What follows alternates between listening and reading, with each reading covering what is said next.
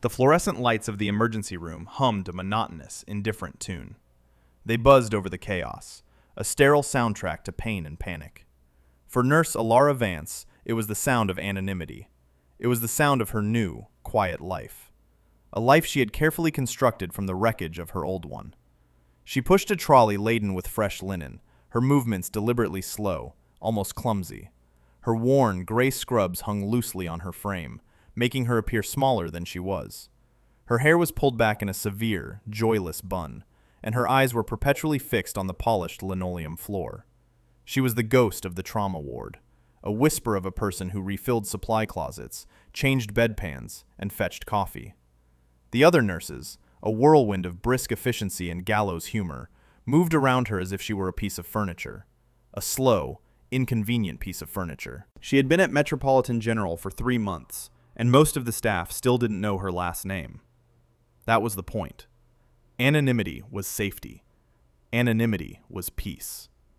A clatter echoed down the hall as a metal tray slipped from her grasp, sending sterile dressings scattering across the floor. Alara flinched, her shoulders hunching as if expecting a blow. A few of the nurses at the central station snickered. Butterfingers Vance strikes again. Brenda, a senior nurse with a perpetually sour expression, muttered just loud enough for everyone to hear. Alara's face burned with a familiar, dull shame. She knelt, her hands trembling slightly as she gathered the fallen supplies. Her right hand, covered by the long sleeve of her scrubs, brushed against the cold floor. Beneath the fabric was a scar, a fine, silvery web that stretched from her knuckles to her wrist. A permanent reminder of why she chose this quiet, humiliating life over the one she had left behind. She quickly, methodically, began to collect the packets, her movements becoming precise and economical, for just a moment, before she remembered herself and slowed down, fumbling one of the packages intentionally. Chloe, a younger nurse with kind eyes, came over and knelt to help her. "Don't listen to them," she whispered, handing Alara a stack of gauze pads. "Brenda's just mad her coffee is cold." "It's okay," Alara whispered back, her voice barely audible. "It was my fault. I should be more careful." She couldn't meet Chloe's gaze. Kindness was a complication she tried to avoid. It made people look closer, and she couldn't afford to be seen. Just then, the automatic doors to the ER hissed open, and a wave of palpable tension washed over the staff. Dr. Alistair Finch, chief of trauma surgery, strode into the ward. He moved like a shark cruising through a reef, all sleek confidence and predatory grace. His tailored suit was worth more than Alara's car, and his perfectly coiffed silver hair gleamed under the humming lights. He was a brilliant surgeon, a god in the operating room. He was also a narcissist with a cruel streak a mile wide. He didn't walk. He conducted inspections. His sharp blue eyes scanned everything, missing nothing, judging everything. He stopped by a junior resident who was examining a patient's chart. "Dr. Peterson." Finch's voice was smooth, but carried an edge of steel. "You ordered a full metabolic panel for a simple wrist fracture?" The young doctor paled. I thought it was prudent, sir. The patient mentioned feeling dizzy." Finch plucked the chart from his hand. "You thought? Your job is not to think, Peterson. It is to follow protocol. My protocol. You are wasting time and resources on a litigious teenager who probably faked the dizziness for attention. Cancel the panel, set the bone, and try to develop a spine before your next rotation." He dropped the chart onto the counter without another glance and continued his patrol, leaving the resident frozen in humiliation. Alara kept her head down, hoping to remain invisible. She finished loading the last of the supplies onto her trolley and began to wheel it away, towards the relative safety of the supply room. "You, nurse!" Finch's voice cut through the air like a scalpel. Alara froze. Slowly, she turned. He was looking directly at her, his expression one of profound irritation. "Yes, doctor? I need a number 10 scalpel, a DeBakey forceps, and 2 packs of 4-0 silk sutures. Now." He was preparing to perform a minor procedure on a patient in one of the trauma bays, a man with a deep laceration on his arm. "Yes, doctor." Alara scurried to the nearest surgical supply station. Her heart hammered against her ribs. 10 scalpel, DeBakey forceps, sutures. The words were as familiar to her as her own name, yet she forced her hands to be slow, her mind to be blank. She grabbed a scalpel from the rack, her eyes darting nervously between the numbers. Was it a 10? She thought so. She grabbed the forceps and the sutures and hurried back to the trauma bay, her head bowed. She held out the tray.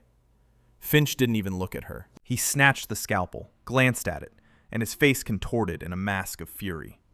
"This is a number 11 blade," he hissed, his voice dangerously low. "Are you blind, or are you stupid?" Before Alara could answer, he threw the scalpel. It didn't go far, clattering onto the sterile tray with a sharp, metallic ring that seemed to echo in the sudden silence of the bay. He glared at her, his blue eyes burning with contempt. "I asked for a simple instrument. One instrument. A task a trained monkey could perform. Yet here you are, failing at even that." He leaned in closer, his voice dropping to a venomous whisper that was somehow louder than a shout. "This is a place of healing, of precision. We don't have time for charity cases, Nurse Vance.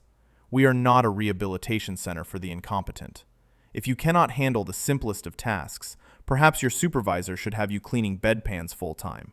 Or better yet, you should find a new profession entirely, one that doesn't involve the risk of killing someone with your ineptitude." The patient on the gurney looked away, embarrassed. The other nurse in the bay, Brenda, watched with a smug look on her face. Alara stood there, her body rigid, the hot flush of humiliation crawling up her neck. She said nothing. She just stood there and took it. This was the price of her quiet life. This was the penance she paid every single day. "Get out," Finch snarled. "Brenda, get me what I need, and get her out of my sight." Alara turned and walked away, her steps stiff and robotic. She didn't look at Chloe's pitying gaze or the averted eyes of the other staff. She just walked, focusing on the rhythmic squeak of her own cheap shoes on the linoleum until she was safely inside the supply closet. She leaned her forehead against the cool metal shelf, her body trembling not with fear, but with a deeply buried white-hot rage. She took a slow, deliberate breath. And another. The rage subsided, replaced by the familiar, hollow ache of resignation. She was nobody. She was safe. An hour later, the calm was shattered. The wail of sirens grew from a distant cry to a deafening scream as multiple ambulances converged on the hospital. The radio crackled to life with the dispatcher's urgent voice. "Major MVA on Interstate 5, multi-vehicle pileup. We have multiple critical patients incoming. ETA, 2 minutes." The ER exploded into controlled chaos. Doctors and nurses moved with purpose, prepping trauma bays, pulling down equipment. Alara faded into the background, her hands automatically stocking carts with IV bags and intubation kits.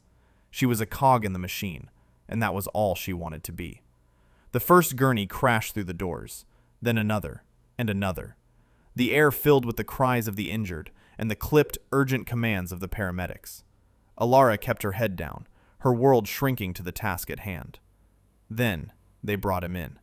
He was on a backboard, his body a broken landscape of dirt, blood, and torn clothing. Paramedics were manually bagging him, his chest rising and falling in a forced, unnatural rhythm. "John Doe!" a paramedic shouted over the din. "Unresponsive at the scene. Found 30 yards from the primary wreckage. Possible ejection. Multiple GSWs. Unknown origin. Vitals are crashing." GSWs. Gunshot wounds. At a car crash. The detail snagged in Alara's mind, a discordant note in the symphony of chaos. Dr. Finch, now in his element, surveyed the incoming patients like a general reviewing his troops. He pointed. "Bay 1, Bay 2, Bay 4. His eyes fell on the John Doe.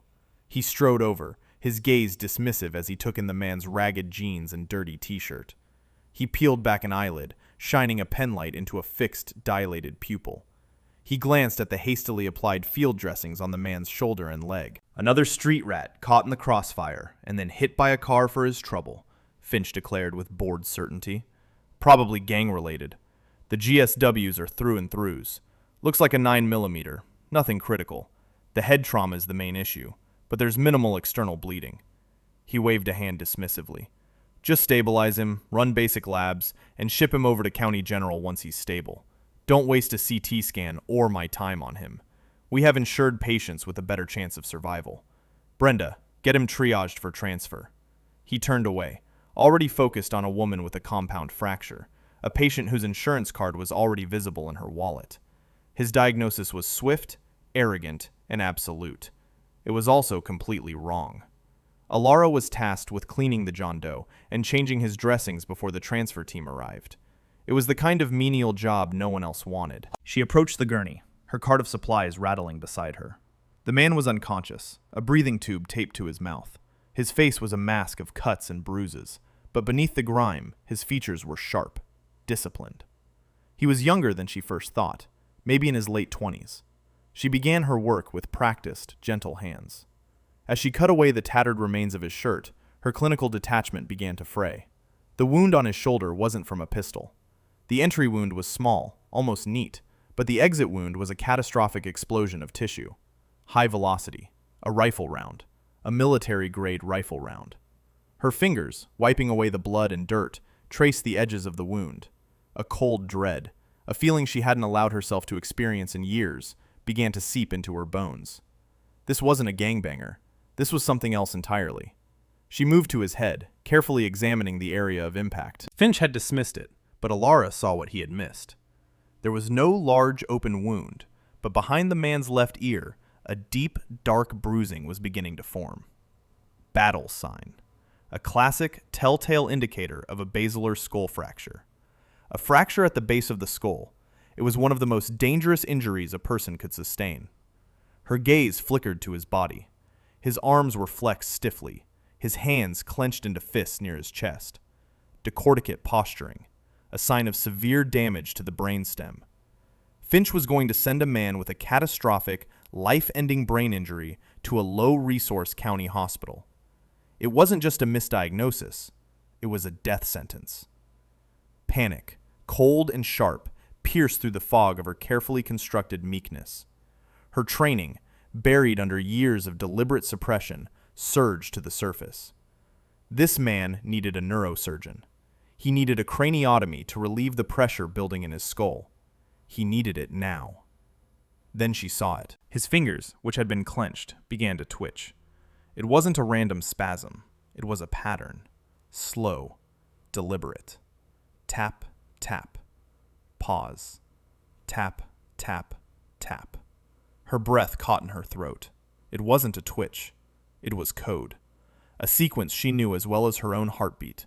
It was a hand signal from the JSOC operator's manual, a distress signal used by elite units when compromised and unable to speak. He was one of them. He was one of her people. In that instant, the mousy, incompetent Nurse Vance ceased to exist. In her place stood a woman with a will of iron and a skill set forged in the crucible of war. She looked up and saw Dr. Finch striding towards her, his face a thundercloud of impatience. "Nurse Vance, I thought I told you to prep this patient for transfer," he snapped. "The ambulance is waiting. Why is he still here? Get him out of my ER." Alara stood up, her posture subtly changing. She was no longer hunched. She met his gaze directly, her own eyes, usually downcast, now clear and focused. "Doctor," she said, her voice quiet but firm, devoid of the usual tremor. "We cannot transfer this patient." Finch stopped, taken aback more by her tone than her words. He let out a short, incredulous laugh. "Excuse me? Did you just countermand my order?" "This man has a basilar skull fracture and a probable epidural hematoma," Alara stated, the medical terms flowing from her with an authority that was jarringly out of character. "He is exhibiting decorticate posturing. He needs an immediate CT scan and a neurosurgical consult. Transferring him will kill him." A stunned silence fell over the nearby staff. Chloe stared, her mouth agape. Brenda looked from Finch to Alara, a flicker of uncertainty in her eyes. Finch's face went from disbelief to crimson rage. "You think?" he spat, his voice dripping with venom. "You, the girl who can't pass a scalpel, are making a diagnosis? You are a nurse, Vance, a barely competent one at that. You do not diagnose. You do not think. You do what you are told." He pulled out his pen and scribbled his signature on the transfer authorization form with a flourish. "He is county's problem now, and you are one step away from being this hospital's problem." He thrust the chart at her. "Now get him ready. That is a direct order. Alara looked from Finch's hate-filled face to the unconscious soldier on the gurney. She saw the twitching fingers again, a silent plea from one warrior to another. In her mind, she was back in the dust and chaos of a sun-scorched desert, a dying soldier in her arms, the air thick with the smell of cordite and blood. She had made a promise that day. Never again. Never again would she fail someone under her care. She looked back at Finch, her expression unreadable. "Yes, doctor," she said softly. Finch smirked, victorious. "That's better." He turned and walked away. Alara watched him go. Then she turned to the gurney. The transfer orderlies were approaching with their gurney. She had seconds. Her mind, now operating with the cold, terrifying clarity of a combat medic under fire, calculated the odds, the risks, the options. There was only one path. She moved with a fluid grace that would have shocked her colleagues. She slipped into the central supply closet, her hands flying across the shelves. She grabbed a vial of mannitol, a powerful diuretic to reduce intracranial pressure. She grabbed a pre-filled syringe of ceftriaxone, a broad-spectrum antibiotic that could cross the blood-brain barrier. She grabbed a vial of tranexamic acid, a coagulant to slow the bleed in his brain. It was a cocktail of drugs no nurse was authorized to administer without a direct order. She returned to the patient's side, just as the orderlies arrived. "I just need to switch out his IV bag before you go," she said, her voice back to its usual meekness. Under the cover of the blanket, her movements were a blur. She injected the contents of all 3 syringes into the IV port, a flagrant act of insubordination that could cost her license and land her in prison. "Okay, he's all yours," she said, stepping back. As the orderlies began to wheel him towards the ambulance bay, Alara acted again. "Wait," she called out, her voice filled with manufactured panic. "I think I used the wrong paperwork. Dr. Finch will kill me." She grabbed the chart from the gurney. "Let me just run and get the right form. Take him to the side corridor by the west exit so you're out of the way. I'll be right back." The orderlies, accustomed to the frantic, mistake-prone Nurse Vance, just sighed and complied, wheeling the gurney into a less trafficked hallway. That was all the time Alara needed. She didn't go to the nurse's station. She sprinted in the opposite direction, down a flight of stairs to the hospital's basement. It was a maze of storage rooms and maintenance tunnels. She knew the layout perfectly from her long, lonely hours of stocking supplies. She found what she was looking for, an old, decommissioned morgue holding room, now used for storing broken equipment. The lock was a simple keypad. She entered the default maintenance code. The door clicked open. She raced back upstairs, her heart pounding. The orderlies were grumbling, but the gurney was still there. "Sorry, false alarm," she said breathlessly. "Wrong patient. I'll take him from here. They need you back in the ER." She grabbed the gurney before they could argue and wheeled it away, not towards the ER, but towards the service elevator. She took it down to the basement, maneuvered the gurney into the storage room, and locked the door from the inside. She had stolen a patient. It didn't take long for her crime to be discovered. The ambulance reported back that the patient never arrived. An overhead page for Nurse Vance went unanswered. Finch, realizing his order had been defied, went from furious to apoplectic. A quick check of the security cameras revealed the truth. Footage of Alara Vance, the mousy nurse, wheeling the John Doe into a service elevator. Finch, flanked by 2 burly security guards, stormed down to the basement. They found the locked door. "Open this door, Vance!" Finch roared, rattling the handle. "This is your last chance!" There was no reply.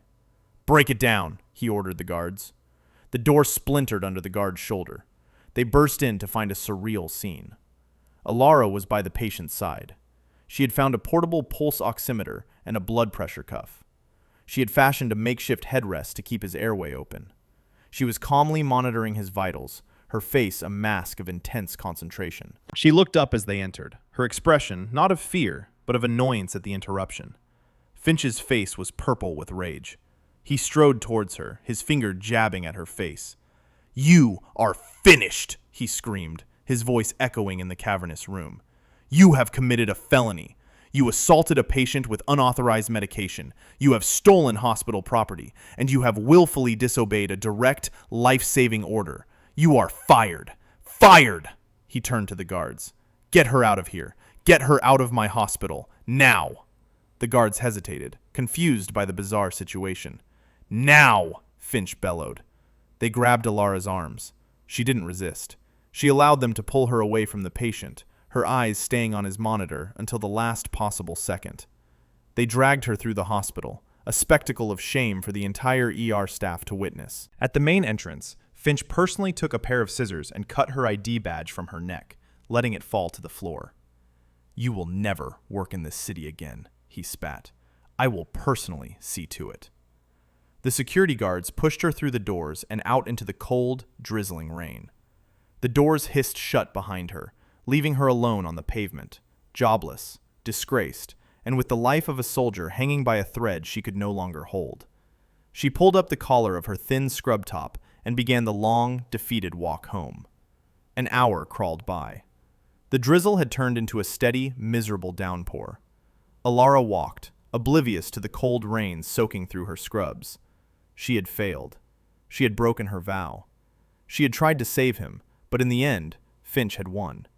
The soldier would be found, shipped to county, and he would die. And she would be a pariah. A familiar darkness began to creep in at the edges of her mind, the same darkness she had been running from for 3 years. Suddenly, a sound cut through the rhythm of the rain and the city traffic. A deep, percussive whoomp, whoomp, whoomp that grew rapidly louder. It was a sound she knew intimately, the sound of helicopter rotors. But these were heavy rotors, military. She looked up. 2 sleek black helicopters, their navigation lights off, were descending from the low-hanging clouds. They weren't heading for the hospital's helipad. They were heading for the interstate, the one running right past the hospital. With breathtaking audacity and precision, they landed directly on the highway, their rotor wash blasting cars and sending trash swirling into the air. Traffic screeched to a halt. Black ropes dropped from the bellies of the birds, and figures in full combat gear rappelled down with terrifying speed. They were not police. They were not National Guard. Their movements were too fluid, their equipment too specialized. These were Tier 1 operators, special forces. They fanned out, securing the landing zone before moving as a single, lethal entity towards the main entrance of Metropolitan General. They stormed the ER, weapons held in a low-ready position. The chaos of the ward froze into a stunned, terrified silence. The team leader, a captain with a face like carved granite and cold, intelligent eyes, approached the front desk where Finch was preening, recounting his righteous firing of the insubordinate nurse. "Who's in charge here?" The captain's voice was calm, but it held an absolute authority that dwarfed Finch's. Finch, puffed up with self-importance, stepped forward. I am Dr. Alistair Finch, Chief of Surgery. And what, in God's name, is the meaning of this intrusion?" The captain ignored his title. "We are looking for a patient, a John Doe brought in from the MVA on I-5 approximately 2 hours ago." His eyes scanned the ward. "And we are looking for the woman who treated him. We have reason to believe she is a former medic. Her call sign was Valkyrie. Some of the men she saved called her the angel of the battlefield." Finch's arrogant smirk faltered. He stared at the soldier. "Valkyrie? An angel? You mean the incompetent, clumsy nurse I just fired for gross misconduct? We threw her out an hour ago. She's long gone." The captain's expression, already grim, darkened into something truly dangerous. He leaned in, his voice dropping to a low growl. "You fired her? You threw her out?" He keyed the radio on his shoulder. "Eagle 6, this is Raptor 1. The asset is here, but the package is compromised. Valkyrie has been ejected from the facility. I need a location, now." Alara had only made it a few blocks. The sight of the helicopters had frozen her in place.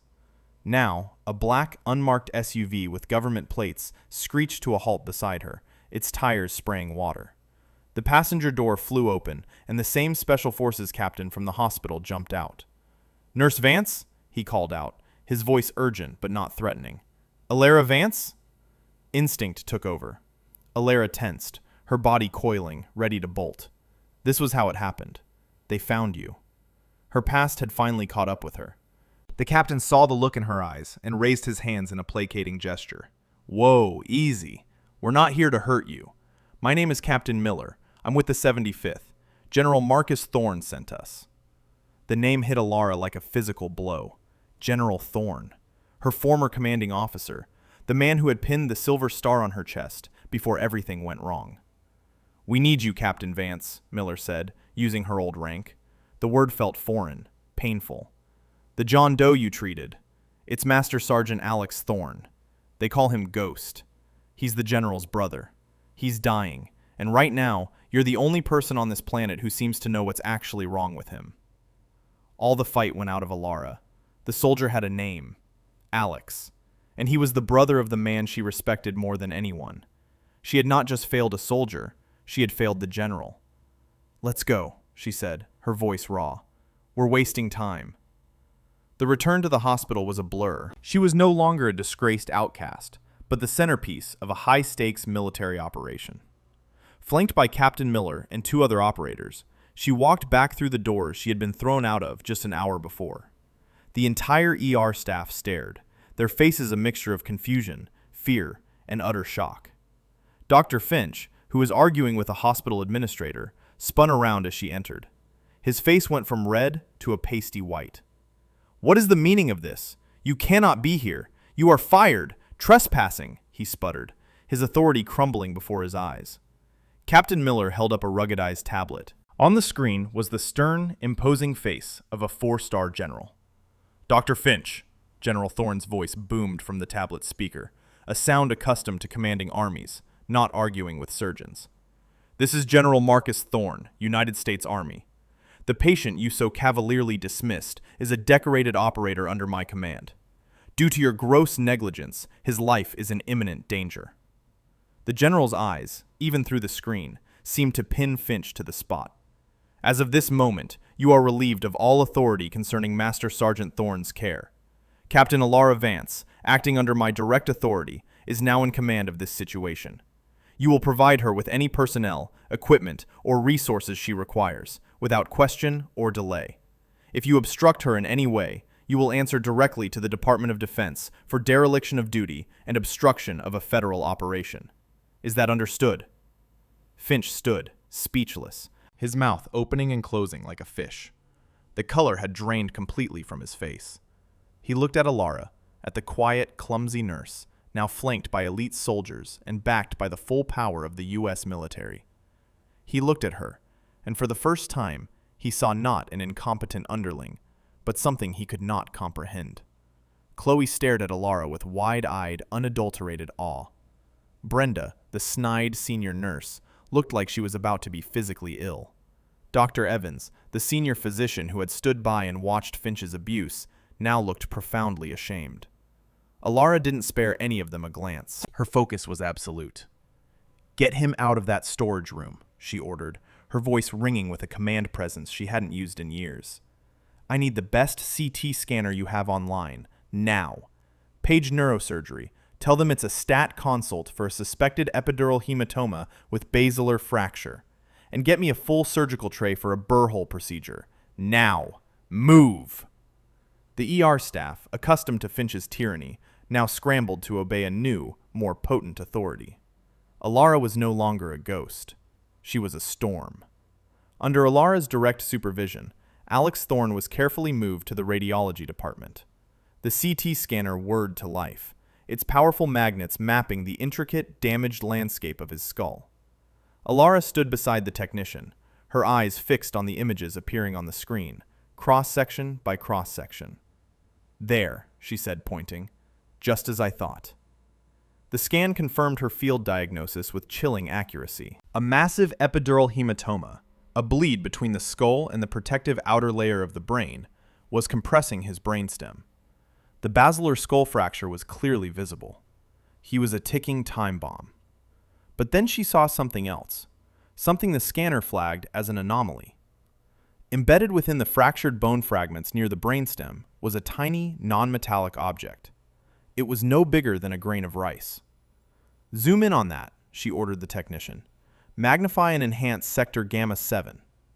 The technician, a man who usually only took orders from radiologists, complied without question.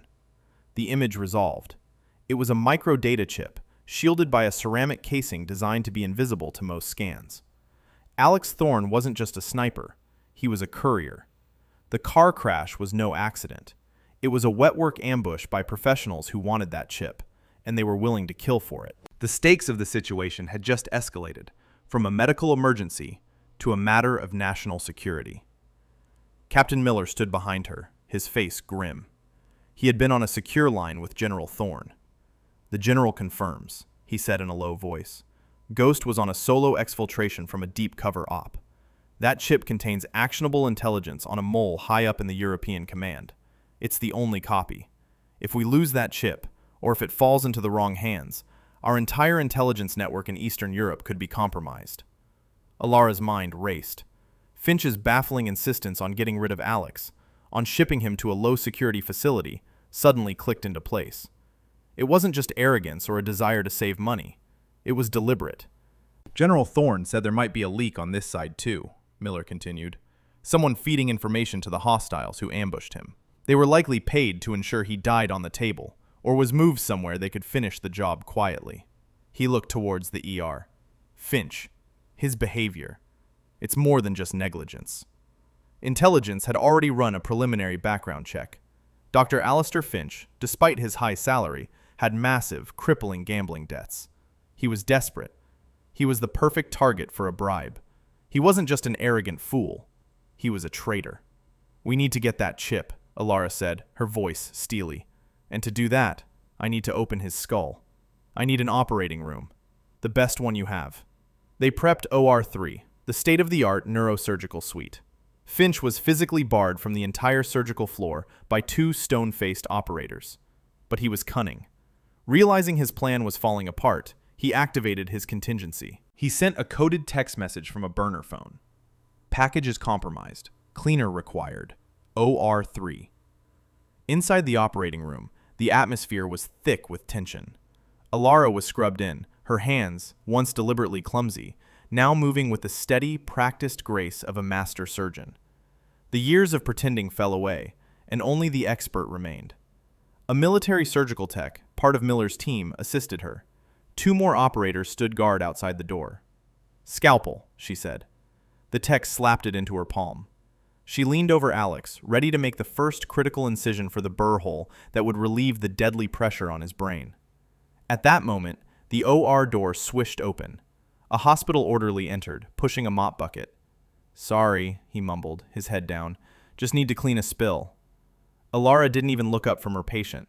"Get out. Sterile field." The orderly didn't leave. Instead, he reached under his uniform and pulled a pistol fitted with a bulky suppressor. He raised it, aiming not at Alara, but at the head of the patient on the table. Time seemed to slow down. Alara didn't scream. She didn't freeze. She reacted. In one fluid, explosive motion, she grabbed the heavy stainless steel surgical tray next to her and hurled it. It flew like a discus, crashing into the assassin's face with a sickening crunch of metal and bone. He staggered back, disoriented, blood pouring from his nose. That was all the opening she needed. She vaulted over the instrument cart, closing the distance between them with the speed of a viper. Before he could reacquire his target, she was on him. Her left hand clamped down on the gun, twisting it with a practiced CQC maneuver that snapped his wrist with an audible crack. He howled in pain. Her right hand, which had palmed a syringe full of propofol from the anesthesia cart, plunged the needle deep into his neck, depressing the plunger. The assassin's eyes went wide with shock, then rolled back in his head as the powerful anesthetic hit his brain. He crumpled to the floor, unconscious. The entire sequence had taken less than 5 seconds. The surgical tech stared, stunned. The doors burst open as the guards outside, alerted by the crash, stormed in. They saw the downed assassin, the gun on the floor, and Alara standing over him, breathing heavily, the empty syringe still in her hand. Captain Miller rushed in right behind them. He took in the scene at a glance. "The hospital's compromised," he said, his voice grim. "We can't do the surgery here. They have assets on the inside. We're moving him. Now." "Move him where?" the tech asked. "He needs a sterile OR, specialized equipment. We can't do this in the back of a truck." Alara's mind was already working, processing logistics, threats, and resources. "I know a place," she said, stripping off her bloody gloves. "A friend of mine from my old unit, a veterinarian. He retired up in the Cascades. His clinic is decommissioned, but it has a surgical suite. It's clean, it's isolated, and it's completely off-grid. No one would ever find us there." Miller nodded. It's our best shot. Let's go. The escape was a masterpiece of controlled chaos. While one team of operators created a diversion at the front of the hospital, another team bundled the still unconscious Alex Thorne onto a specialized transport gurney. They moved him through the basement tunnels Alara had used earlier, out to a waiting, modified ambulance that was more of a mobile ICU than a standard transport. Alara, now dressed in tactical pants and a spare jacket from one of the soldiers, climbed in the back. With a scream of sirens, they tore out of the hospital garage and into the night, racing towards the mountains and a desperate, last-ditch effort to save a life and protect a nation's secrets. The modified ambulance carved through the dark, winding mountain roads, its engine straining. Inside the brightly lit rear compartment, Alara worked with feverish intensity. Alex was hooked up to a suite of portable monitors, their rhythmic beeps a fragile counterpoint to the roar of the vehicle. His condition was deteriorating. The mannitol she had given him was losing its effectiveness. The pressure inside his skull was rising again. "How much further?" she asked Captain Miller, who was riding shotgun, a satellite phone pressed to his ear. 15 mics, he relayed back. The location is confirmed. Doc Weber is standing by. Doc Weber, a legendary Special Forces medic turned veterinarian, was an old friend of Alara's. He was one of the few people who knew who she really was. His secluded clinic was their only hope. They finally arrived, screeching to a halt in a gravel driveway fronting a rustic but well-maintained building that looked like a large cabin. A grizzled man with a kind face and the powerful build of a career soldier stood waiting. "Took you long enough, Valkyrie," Doc Weber said, his voice a low rumble. "Let's get him inside. I've got the suite prepped." They wheeled Alex into a room that was a strange hybrid of veterinary and human medicine. It was spotlessly clean, with a surgical table, anesthesia machine, and overhead lights. Doc Weber had already laid out sterilized instruments. "It's not the R. Adams Cowley Shock Trauma Center," Weber said grimly, "but it'll have to do." As Weber and the military medic helped Alara transfer Alex to the table, Captain Miller's team was setting up a defensive perimeter around the clinic. They were exposed, isolated, and they knew the enemy was hunting them. "No time to waste," Alara said, pulling on a fresh pair of gloves. "The intracranial pressure is critical. I have to open him up now." With Weber acting as her anesthesiologist and the medic as her assistant, she began the painstaking, delicate surgery. She used a high-speed cranial drill to create a burr hole, a small opening in Alex's skull. The moment the bone was pierced, a gush of dark, venous blood erupted, releasing the immense pressure that had been slowly crushing his brain. The numbers on the ICP monitor immediately began to drop. "Pressure is stabilizing," Weber reported. "Good," Alara said, her concentration absolute. "Now for the hard part. I need to extend the opening to evacuate the hematoma and find that chip." Outside, the forest was deceptively quiet. Too quiet. One of Miller's men, perched in a tree with night vision goggles, saw the first sign of movement. A flicker of motion in the undergrowth. Then another. They weren't animals. They were men, dressed in black, moving with professional, tactical precision.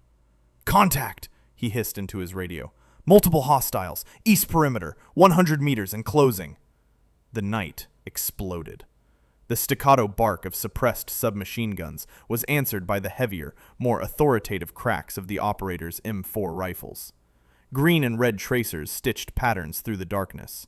The siege had begun. Inside the OR, the sounds of the firefight were a terrifying distraction. Alara flinched, but did not look up. Her hands, illuminated by the bright surgical lamp, worked with unwavering precision, suctioning out the blood clot and carefully navigating the fragile landscape of the brain. "I see it," she whispered, peering through surgical loops. "The chip. It's lodged against the parietal bone, right next to the meningeal artery. One slip and he'll have a massive stroke." The firefight outside intensified. An explosion rocked the clinic, shattering the windows in the front of the building and sending a shower of glass flying. The lights flickered and died, plunging the OR into darkness before the clinic's backup generator kicked in with a roar, restoring the power. "They've breached the south entrance!" Miller's voice crackled over the medic's radio. "We're falling back to the main building!" Alara ignored it all. Using a pair of micro forceps, she gently, painstakingly, worked to dislodge the tiny ceramic chip from the bone. Millimeter by millimeter, she teased it free. Almost. Got it. Suddenly, the OR door burst open. It wasn't one of Miller's men. It was a mercenary, his face covered by a balaclava, his rifle raised. The military medic instinctively moved to intercept him, but the mercenary was faster. He fired a single, silenced shot. The medic cried out and crumpled to the floor, clutching a wound in his leg. It was now just Alara, the unconscious Alex, and the killer. The mercenary raised his rifle again. The black hole of its muzzle pointed directly at Alara's chest. In that split second, Alara's world narrowed to a single point of action. She had finally freed the chip. With one hand, she dropped it into a sterile container. With the other, she did something no surgeon would ever do. She grabbed the wounded medic's sidearm from his dropped holster on the floor. She didn't aim. She didn't hesitate. She reacted, her body moving with the muscle memory of 100 firefights. She fired twice. Crack. Crack. The reports were deafening in the enclosed space. 2 perfect center mass shots. The mercenary stared at her, a look of pure shock on his face, before he collapsed backward into the hallway, his weapon clattering to the ground. Doc Weber stared at her, his face pale. Jesus, Alara. She didn't reply. She dropped the pistol, her hands already moving to stabilize Alex, whose vitals had spiked during the commotion. He's crashing! I need more pressers! The sounds of battle outside abruptly changed. The roar of a new, heavier engine and the distinctive thud of a heavy machine gun joined the fray. Reinforcements. Captain Miller's call had gotten through. A quick reaction force had arrived. The tide of the battle turned, and soon the only sounds were the shouts of Miller's men clearing the area. The siege was over. The chip was secure. They had won. The aftermath was a whirlwind. The secured data chip was rushed to a waiting intelligence team. Alex, now stable, was airlifted to Walter Reed National Military Medical Center. Alara, Weber, and the wounded medic were debriefed, their actions officially sanctioned and classified. Back in the city, Dr. Alistair Finch believed he was in the clear. The military had left, the John Doe was gone, and he assumed his problem had vanished. His mercenary contacts had gone silent, but he chalked that up to operational security. To reclaim the narrative and his bruised ego, he did what he did best. He went on the offensive. He called a press conference in the grand lobby of Metropolitan General, ready to paint himself as the victim of a gross and outrageous military overreach, and to publicly crucify the deranged, unstable employee who had caused it all. He stood at a podium, cameras flashing, reporters hanging on his every word. This hospital, a sanctuary of healing, was invaded, he said, his voice resonating with practiced sincerity.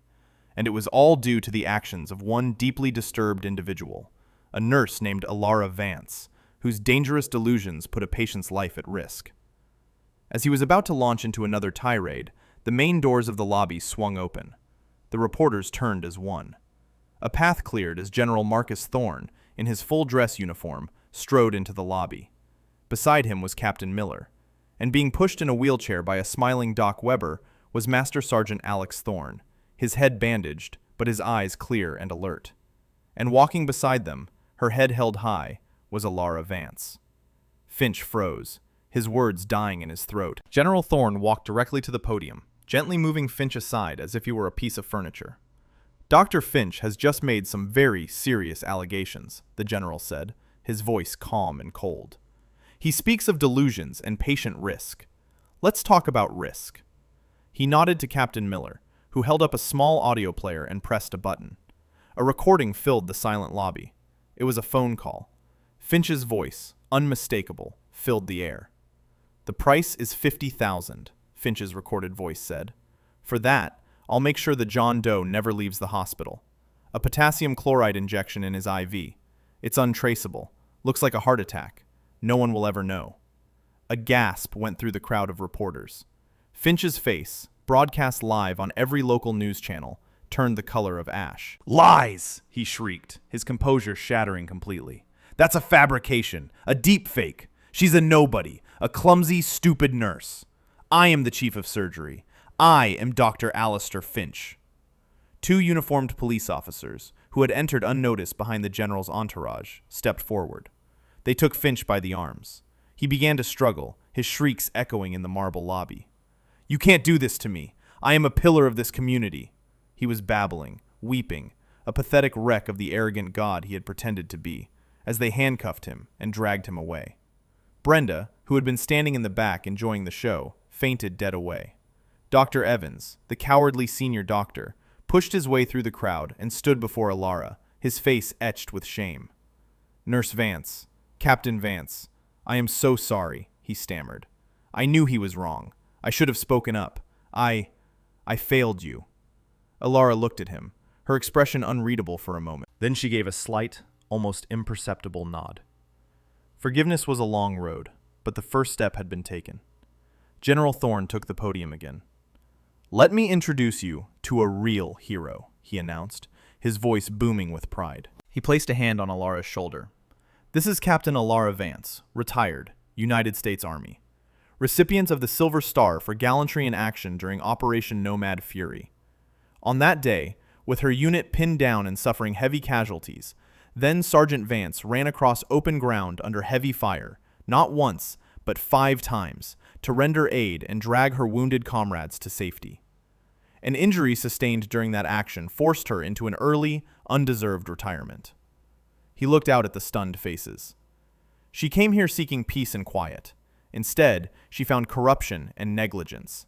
And when faced with a choice between her own safety and the life of a fellow soldier, she did what she has always done. She chose to serve. She chose to save a life." The lobby, silent moments before, erupted in spontaneous, thunderous applause. Chloe, the young nurse, pushed through the crowd and threw her arms around Alara, tears of joy streaming down her face. Later, in a quiet office overlooking the city, General Thorne sat across from Alara. "The intel from the chip was a game changer," he said. "We've already rolled up the entire spy ring, including the mole in UCOM. You saved more lives than you know, Alara." He leaned forward. "Your medical retirement was a loss for the Army, but the surgeons at Walter Reed reviewed your old injuries. With some minor arthroscopic surgery, you could be fully cleared for active duty. No more hiding." He slid a folder across the desk. "I'm putting together a new unit, a small, elite, rapid response surgical team. They'll deploy with Tier 1 assets into high-threat, non-permissive environments. A scalpel in the dark. I want you to build it, and I want you to lead it. Name your terms, Captain. It's a blank check." Alara looked at the folder, then out the window at the city below. For 3 years, she had been running from the woman she was. Now, the world was asking her to be that woman again. This time, not as a soldier forced by circumstance, but as a leader defined by choice. An hour later, she stood on the pavement in front of Metropolitan General for the last time. She looked at the building, a place of so much humiliation, and, ultimately, of so much vindication. She dropped her old, drab scrub top into a public trash can. It was a shedding of a skin she no longer needed. A figure approached her. It was Alex Thorne, Ghost, now standing on his own 2 feet, leaning on a cane but looking stronger every day.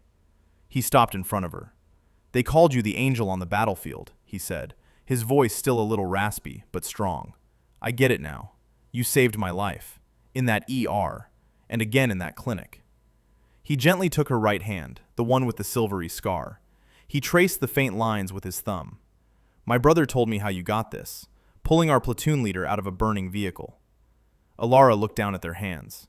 For the first time in years, she didn't try to hide the scar. It wasn't a mark of failure. It was a testament to who she was. "Thank you, Captain Vance," Alex said softly. She looked up, meeting his gaze, and a real, genuine smile finally reached her eyes, lighting up her entire face. "You can call me Alara," she said. A black, official-looking sedan pulled up to the curb. The back door opened. It was time to go. She gave Alex's hand a slight squeeze before letting go. She walked to the car, her steps confident and sure. She got in without a single backward glance at the hospital, at the life she was leaving behind. She was no longer hiding. She was no longer a ghost. She was going home. We really hope you enjoyed this educational piece of content, and hope that you could understand the moral lessons behind it. The story teaches us that true strength and capability are not defined by titles or the opinions of arrogant individuals, but by one's character, skill, and courage under pressure. It's a powerful reminder to never judge a book by its cover, as those who appear meekest may possess the greatest strength. Furthermore, it shows that doing the right thing, even in the face of immense personal and professional risk, is a reward in itself and often leads to the vindication and respect one truly deserves. What would you have done if you were in Alara's position? Would you have defied a direct order from the chief of surgery to save a patient's life, knowing it would cost you your job and career? Let me know in the comments below. And if you enjoyed this story, please smash that like button, subscribe to the channel, and hit the notification bell so you never miss an upload. Have a nice rest of your day.